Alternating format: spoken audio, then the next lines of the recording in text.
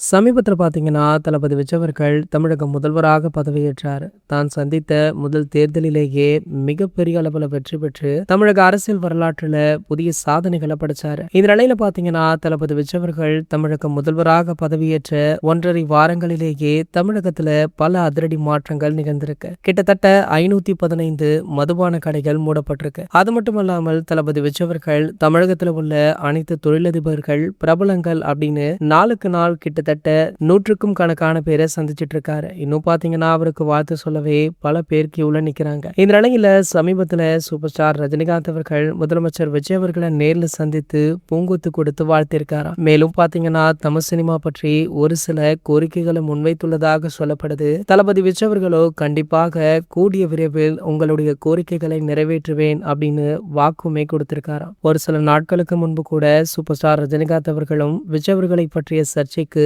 முற்றுப்புள்ளியுமே வச்சாரு. இந்த நிலையில தற்போது சூப்பர் ஸ்டார் அவர்கள் தளபதி விஜய் அவர்களை சந்தித்திருப்பது கோலிவுட் வட்டாரங்கள்ல மிகப்பெரிய அளவுல பேசப்பட்டு வருது. இது போன்ற செய்திகளை பத்தி நீங்க உடனே தெரிஞ்சுக்க நம்மளுடைய சேனலை மறக்காம சப்ஸ்கிரைப் பண்ணிக்கோங்க.